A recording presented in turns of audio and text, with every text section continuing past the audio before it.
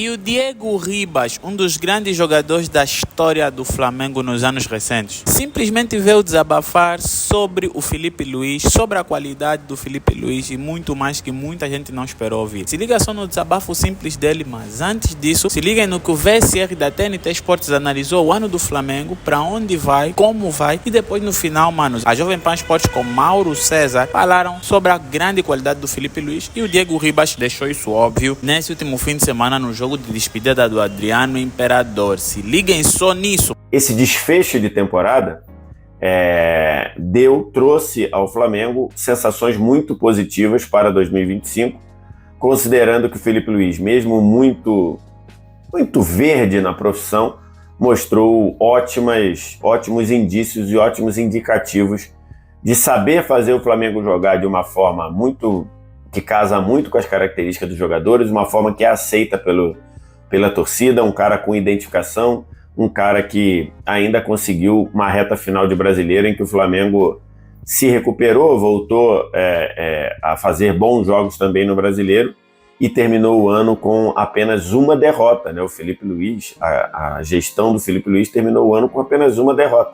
Uma derrota em que o Flamengo jogou muito bem no primeiro tempo contra o Fluminense, acabou tomando 2 gols na etapa final ao ver o jogo escapar da mão. As sensações para 2025 na parte do futebol são muito positivas, principalmente pela contratação do Filipe Luís. A expectativa é que ele evolua na função e que consiga ir muito bem. O Flamengo tem algumas questões no departamento de futebol. Primeiro delas, substituir o Gabigol e o Pedro ao mesmo tempo, porque o Pedro teve uma lesão de ligamento cruzado de joelho. A expectativa é que ele não volte a jogar antes do meio do ano.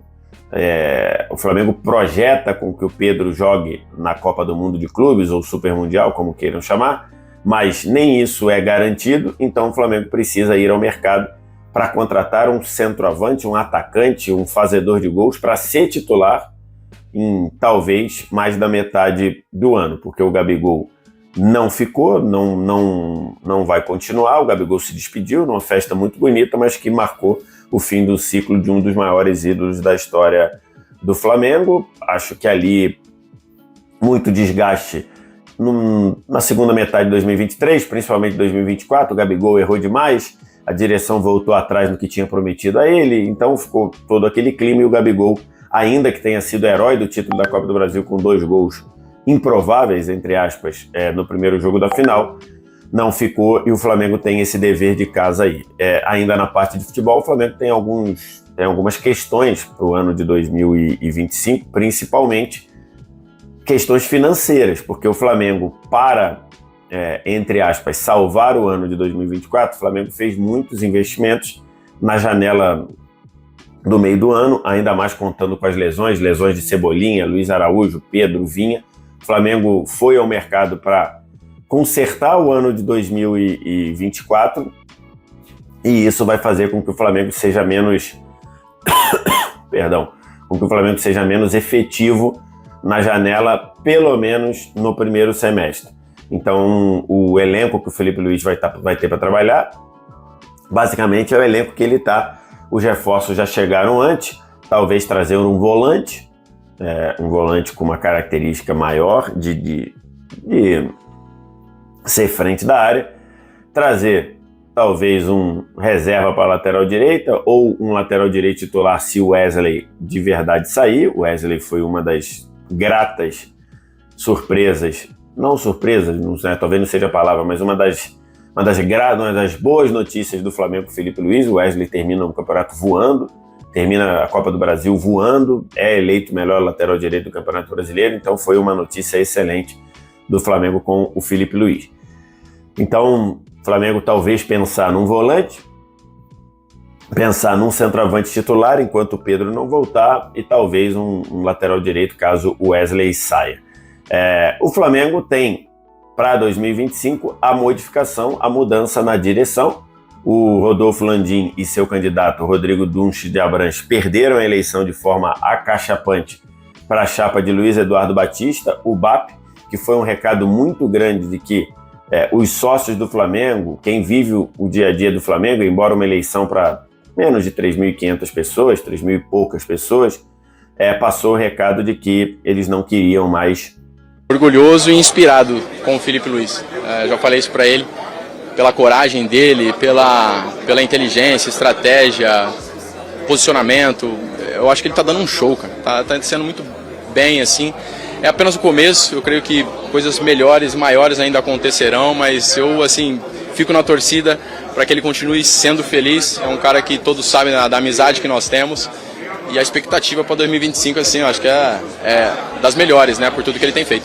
Diego, essa semana o Arrasca falou que gostaria de usar a camisa 10, agora que o Gabriel está deixando o clube. Você abençoaria se ele for o escolhido? Porque eu abençoe todos, não tem esse negócio. Comigo não tem negócio de número, não. Foi uma honra ter vestido a camisa 10 do Flamengo, principalmente porque meu ídolo era o Dida, que era a camisa 10. Só por causa disso, e acho que honrei bem aquela camisa, aquele número, e lógico, quem vier está sempre bem chegado. Eu daria a camisa 10 para ele imediatamente, inclusive para ele passar as férias já agora. É um craque, eu acho que vai estar em boas mãos. O Arrasca é um cara sensacional, respeita o clube, entende o clube, um jogador super decisivo, profissional, então sobra elogios assim para o Arrasca. Eu espero que esse momento chegue logo, vai ser bonito ver ele com a camisa 10 e que ele seja muito feliz. Na região. Então deve voltar só lá para agosto, por aí. O Pedro talvez volte antes, quem sabe, maio. O Bruno Henrique voltou um pouco antes também do esperado. Uns 2 meses antes já estava em campo, do que era a estimativa mais conservadora. Então é isso, mas a vida do jogador é isso, né? Quando o cara tem uma lesão grave, ele vai tirar férias e vai passear, ou ele vai se tratar, ele vai ter que se tratar.